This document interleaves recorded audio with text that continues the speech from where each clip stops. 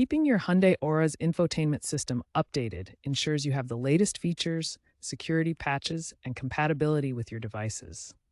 Updates cover the system firmware, maps, Android Auto and CarPlay. As of 2025, updates are delivered mainly via two methods: USB and over-the-air. This video will show you what you need to know to keep your system current. USB updates involve downloading the latest software from Hyundai's official website or app onto a FAT32 formatted USB drive.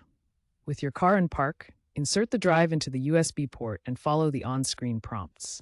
This method is best for pre-2023 models or areas without reliable internet. OTA updates are available for 2023 or newer models with Hyundai's Blue Link. Ensure your car is connected to Wi-Fi or has a cellular connection. Use the Blue Link app to initiate the update. Remember to back up your data before any update to prevent data loss. Always perform updates while parked to avoid distractions.